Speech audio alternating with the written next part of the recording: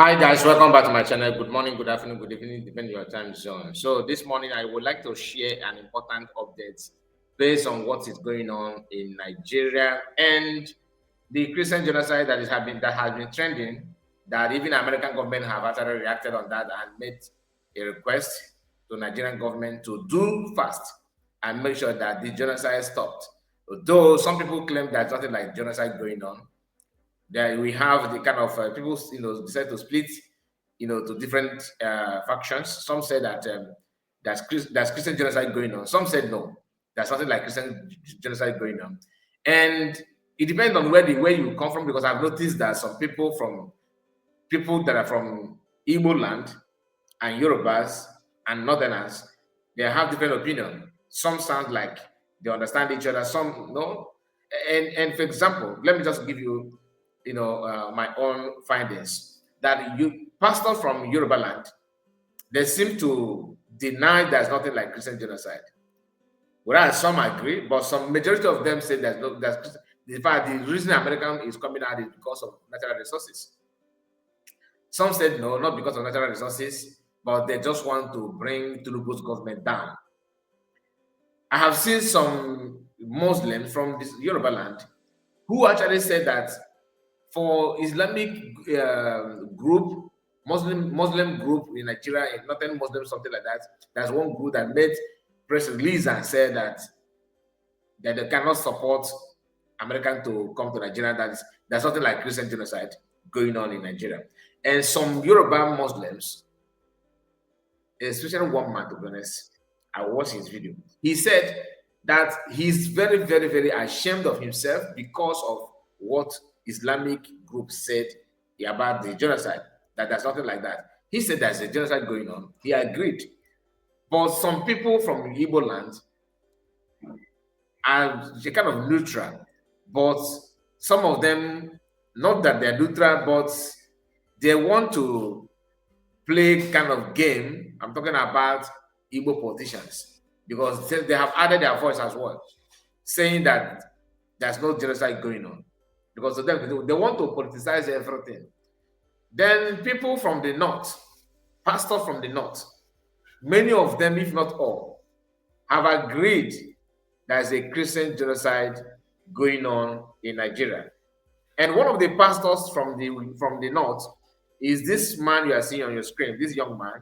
I don't know his age, but what he said may make more sense to you. And we are here to listen to that. And if you have different opinion, please let me know your own take. So without wasting much of your time, let's quickly listen to what this man has to say. But before then, please don't forget to like the video and subscribe to the channel. Let me know your own take on the whole thing. Do you agree there's Christian genocide in Nigeria or not? Or do you think that the American government are just coming there because of natural resources? I would like to hear from you. But most importantly, hear what this man said. Let's start from the beginning. Banditry started under the watch of APC because they were the ones that brought them in. It was 1992-93 in Kaduna. A riot broke out which they call the Gen0cide riot. I was a young boy, very, very young then. And people were killed in scores. If you are not an Afsa person practicing Muslim in Islam, they were killed. Especially if you are from the southern part of Kaduna, the tribes from the southern part of Kaduna, they were massacred. It was called the Gen0cide riot. And if the next thing they do is to burn churches, kill Christians, and then if they are done with that, then they focus on businesses that is for Igbo people, Igbo-owned businesses, and they destroyed it. I grew up knowing that Christians are an endangered species in Nigeria. In the year 2000, when the Sharia riots, how many of you have heard of the Sharia riot? Hundreds of thousands of people were killed in Kaduna. I can remember vividly that we had to defend our house from people. They brought some Fulani boys and they faced our house. They were shooting arrows. They were stoning our zinc. They spot our zinc, shooting arrows. Even though I was a Muslim then, even though my father was a Muslim then, but because majority of the people in our compound were Christians, so they were willing to destroy every one of us because we're living with Christians. I can remember a particular church in Mando, for those that know Mando, in Kaduna, called Chapel of Redemption. That church was destroyed. And so from that time, anytime there's a little hanky-panky in Nigeria, the first target is churches and Christians. And this has prevailed for a long time.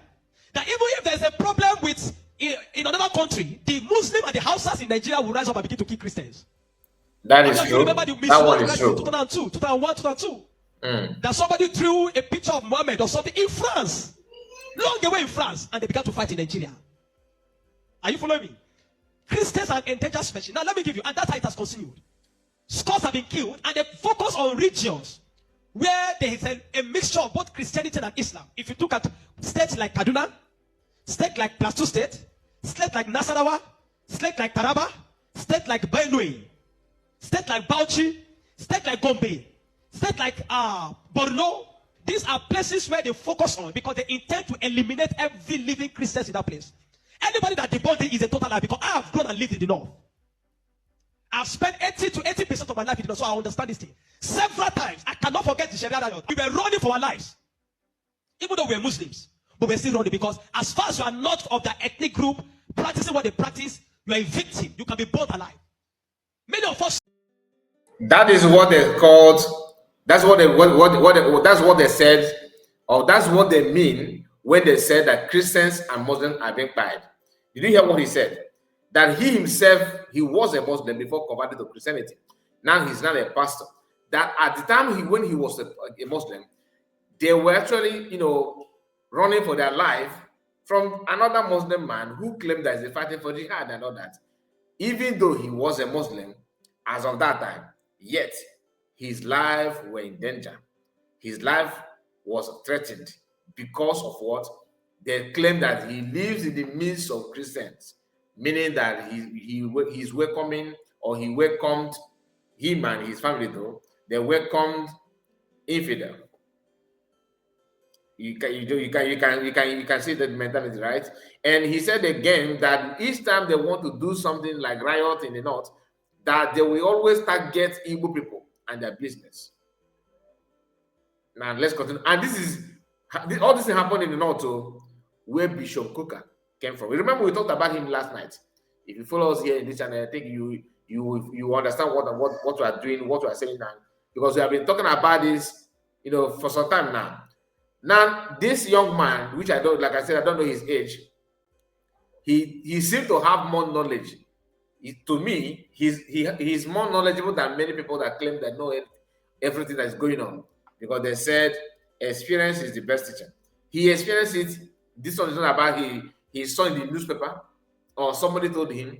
He lived in the north, and like he said, he has spent almost 80 to 85% of his life in the north, and that's why he knows a lot about. Just pay attention so that you understand the genesis of Boko Haram and banditry and everything going on. He actually touched it very, very well. If you have not watched the video, I believe you appreciate the video, and make sure you like the video and subscribe to the channel. Even if you have watched it, please like the video, all right, and subscribe. God bless you as you do so. So human beings were both alive, like roasted like yam, and it has been going on for a long time. The genocide against the Christian faith. Are you with me? Many years ago, in Kano State, a man was beheaded, and anything they talk about that he said blasphemy. And guess who was the person that led it? The man called Sanusi, Lamido Sanusi, was the one that led him on, and they beheaded him. They killed the Igbo man. They killed him and they put his head on the stake, and they were using it to parade the city. You will understand of a woman also that is an evangelist. Evangelist Eunice that was preaching about 2016 or 18 in Abuja, and they killed her.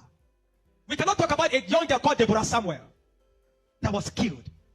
I schooled in. Remember that Abuja is the capital city. If they can carry such heinous crime in the capital city, a place where supposed to be the identity of the country, the federal territory. Even if you are being pursued from other states, Abuja is supposed to be a place where once you come there, you have to follow the law. But that is the place they are now practicing jihad.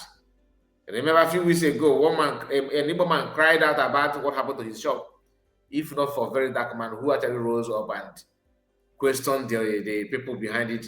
The man's shop was returned to him. A time is coming when that kind of thing will happen, and nobody, even if a very dark man 100 to come, he's not going to solve the problem. Because they always test the water. Once they succeed and know that you can't do anything, they will strive. So how long do you think that Boko Haram, very dark man will save you from Boko Haram in disguise, called Sharia court and Sharia law and all that? Be careful of what you're wishing.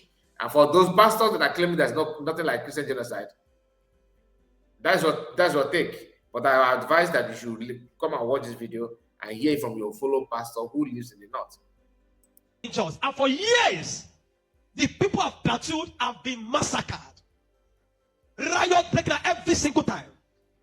The one that the moment anything happens, the next people that are victims are Christians. And it is unfortunate that all these years the government have not been able to do anything about it. But the agenda is deep. Are you with me this morning? Why am I saying? Because I don't want us to be an ignorant people. If we are ignorant people, they will control the narrative. And this days, let me tell you this truth. God will not come and fight for you. Remove that thing from your mind. If Christians don't rise up, pray from now till tomorrow. God is not coming to fight for you. That is true. God will not fight for you. Are you with me? Now, in the year 2009, Boko Haram started. Boko Haram started because of a section. It was a political movement. They created Boko Haram as a political talks to bring confusion into the government of Goodluck Jonathan, and to be able to destroy any opposition, starting from Borno State, under the watch of a man called Kashim Shettima, which is now the vice president of Nigeria. Kashim Shettima and the other man, Ali Mohammed Sharif. These were the people that started the business of Boko Haram as a political talks to be able to oppose their opponents. But after a time, the ideology grew and they began to destroy. Now, it became a problem and they began to use it to destroy, bombing here and there. And that man was rewarded now with the vice president position. Ijo. In 2009, 2010. As of 2010, a man led a meeting in Jos. Are you with me? He led a meeting that they were going to annihilate Christians within the locality of Plateau, Borno, Plateau, Bauchi, Kaduna, and Nasarawa. And he said they are going to perform jihad. They will bring jihad and they will go to kill that. If the Islamic leaders are not willing to lead them, he is ready to lead the movement. I have the minute of that meeting in my phone presently. Guess who is that person? Issa Pantami, that was the former minister of communication under Buhari's regime. And several times, these are people that are terrorist sympathizers. And that is why the Nigerian army has not been able to win the war against the terrorism. Because the terrorists have infiltrated the Nigerian ranks, the army ranks, so they cannot win the war. That said, Osama bin Laden was a better Muslim than he is. He was sad when Osama bin Laden was killed. And he has said it several times that Boko Haram should not be killed. He said they are their Muslim brothers. How do you win a war against terrorism when there are people high in government that are sympathizers to terrorism? How do you win that war? Now, there are 4 categories of insecurity or people that are causing insecurity. Number 1, you have Boko Haram. Number 2, you have bandits.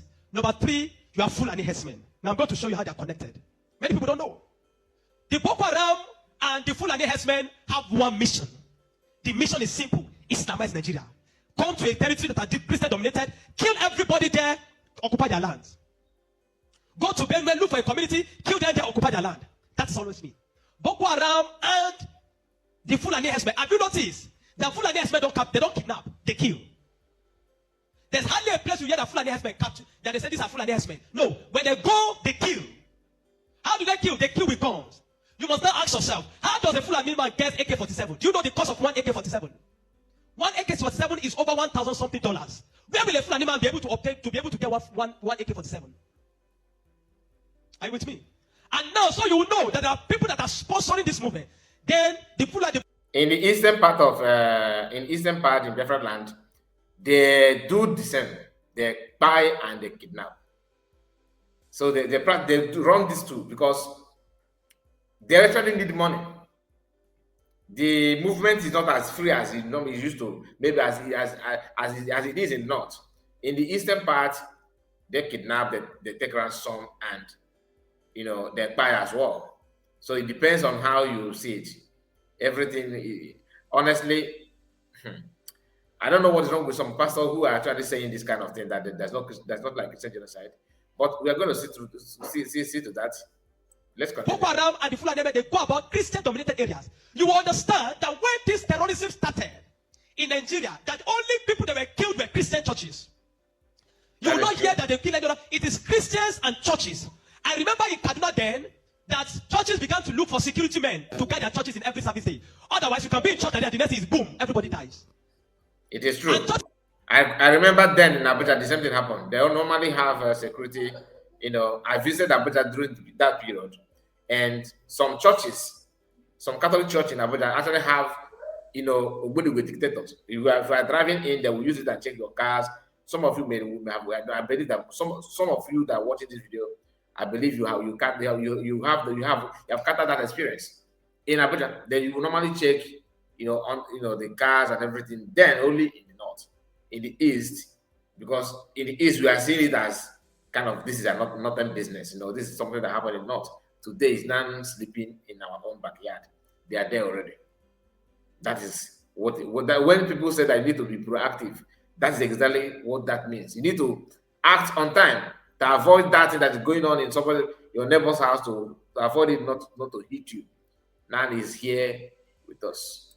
I don't have money to hire soldiers, began to use some of their members. I was a member of the security team in my church in Deeper Life in Kaduna in 2010. Because we don't stay in the church. Once I come to the church in the morning, we stay outside, moving around patrolling, because anybody can come and drop anything. So when Boko Haram started, the majority of Muslims, the Hausa, Northern Muslims, they were happy. I know of people that were celebrating it. If you see them crying today, I'll tell you why.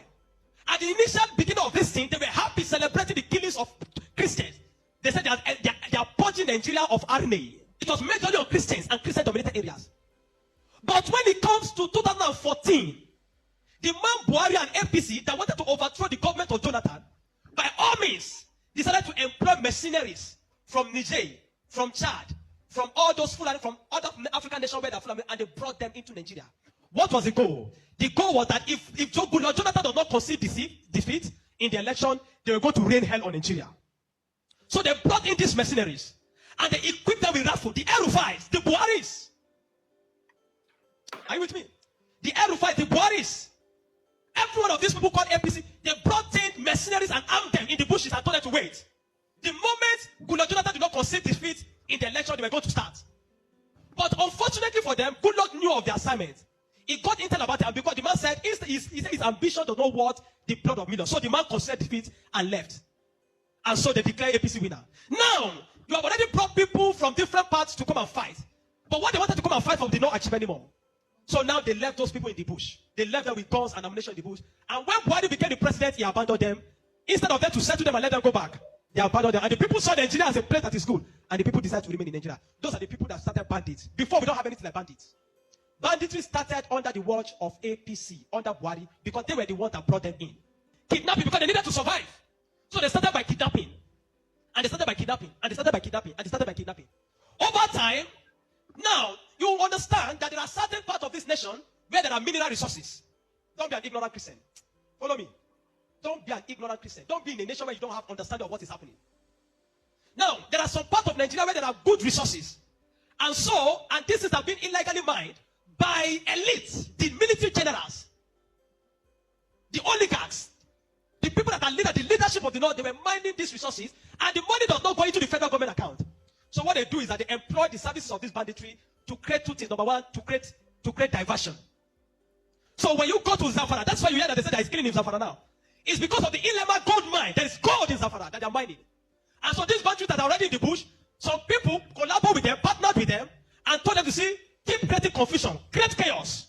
When you keep creating chaos, the Nigerian state and the people of Nigeria will not be able to focus on the illegal mining. They'll be concerned about the insecurity. So the insecurity is created as a means of diversion in the north. Are you following me? It is created as a means of diverting the attention of the military and the Nigerian populace from being able to focus on the illegal mining of resources. And any part of the north where there is resources, you find out that insecurity there. Recently, it has started in Kwara, because there's a great amount of lithium in Kwara too that they have discovered and they're mining. So they partner with the Chinese, because the people that do this illegal mining are the Chinese. They partner with the Chinese to be able to. So the bandits became the security men of the Chinese and all those people to protect them, so that while they're mining, they can begin to cause chaos. Because and the Chinese are the one telling Americans not to invade Nigeria. Just leave them alone. You see the reason why? The reason now why they're saying that is simply because of what the bandits and terrorists are doing for Chinese. Did you hear what he said now? Very, very, very interesting. While the people are mining and they are causing chaos, kidnapping, nobody will be able to focus on what the Chinese are doing and those people illegal mining. Every single day to this moment, I'm telling you, they are mining in those places. And they will take it to an airfield in the bush and fly it out of Nigeria. They are making billions of dollars from it every day, while people are being killed. That is why N9jeria, the Muslims are saying that they are killing Muslims too. What you have, it is what Buhari created. The APC-led administration created. The banditry they created. is what is affecting the North now. Because the people they brought to come and kill Nigeria in 2015 did not succeed because good luck relinquished power to them. And now the people have become thugs. They have become tools to be used in the hand of men that are using them to secure their illegal gold mines. And that's why you kill them. That's why you hear that they say they are killing Muslims. Now, the Christian persecution and genocide has been there. So you find that at the other part, the Muslim and the Fulani men keep going around killing in all those parts. And the Christians and the churches have been silent for too long. This evil has prevailed in Nigeria because the righteous men have been too quiet. If we're ever going to win against insecurity in Nigeria, Nigeria must put two things Nigeria must do. Number one, Nigeria, Sharia law must be completely abolished in Nigeria. Because Nigeria is not an Islamic state. Why will Nigeria, some part of Nigeria, be practicing Sharia? The law guided them in constitutional law that believe that if somebody deserves to die because he speaks against his God. This argument will be very, very long, to be honest with you. Just like I said, did you hear what he said now? That Sharia law must be abolished in Nigeria, which is not possible. Because Fulanis actually tested everything, and they once they test something, they don't go back. And that is the problem. Another thing is, if America eventually land in Nigeria, is it the permanent solution? The answer is no, it's temporal. Because they will also, Fulanis don't forgive. They don't have anything forgiving spirit in them. Fulani Muslims, they don't have anything forgiving spirit. It is not in their dictionary. Meaning that they will still intensify the killing.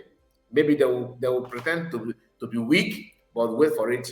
In years to come, they will strike again heavily. And they are highly connected now with Iran, Iraq, Saudi Arabia, all these Muslim, what they call them, Arabic countries.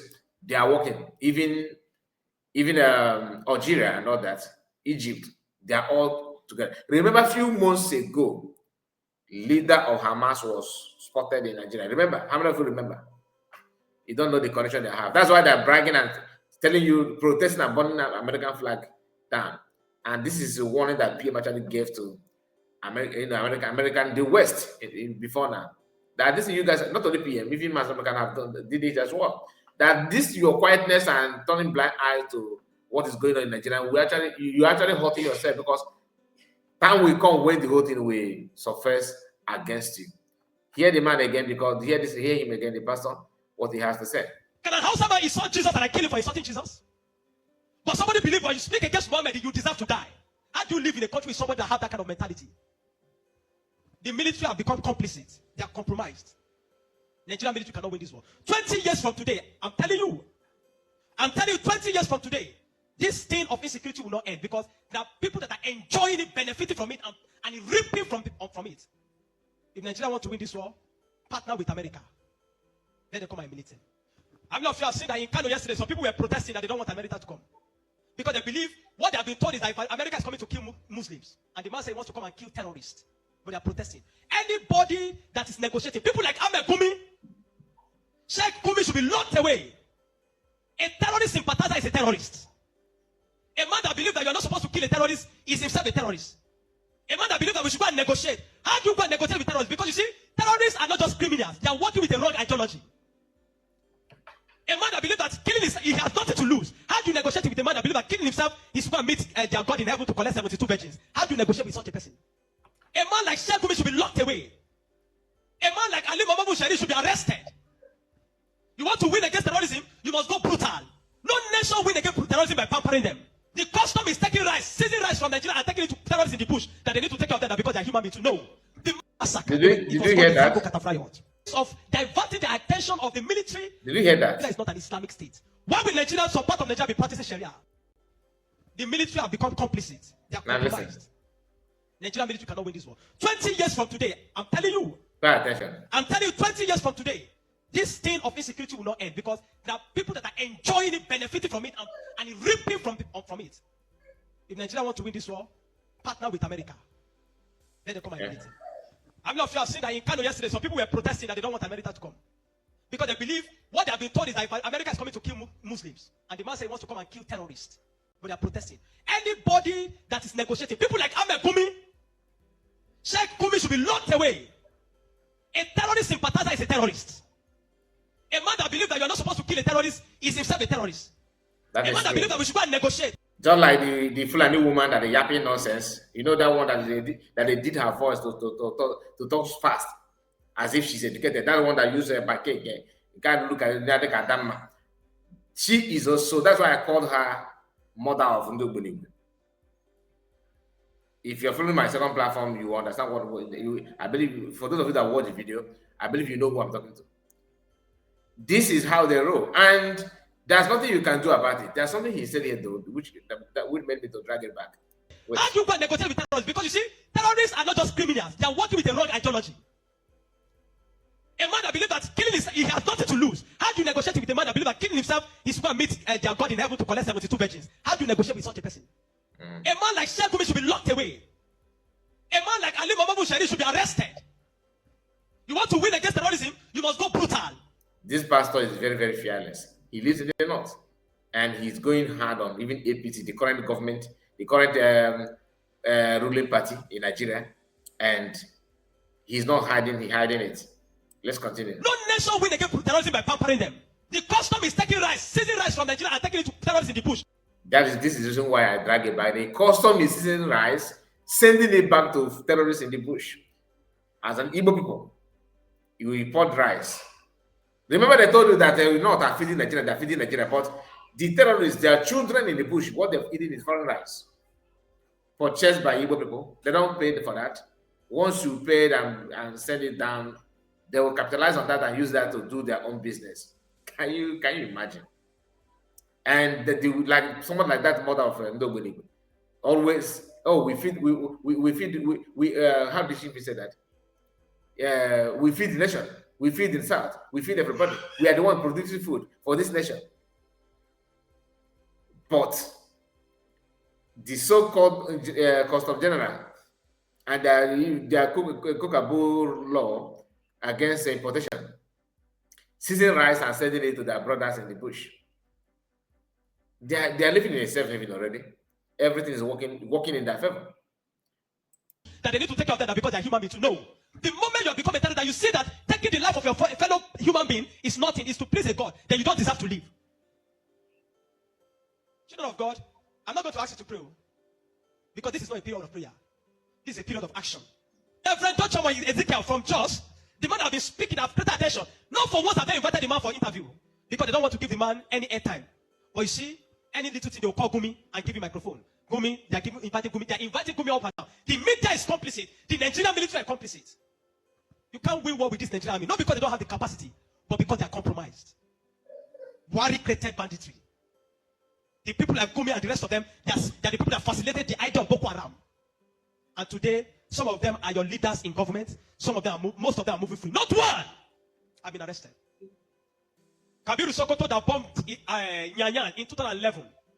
When they rearrested him, guess where they caught him? In the house of Shetima in Abuja. What is he doing in the house of Shetima if Shetima doesn't know him?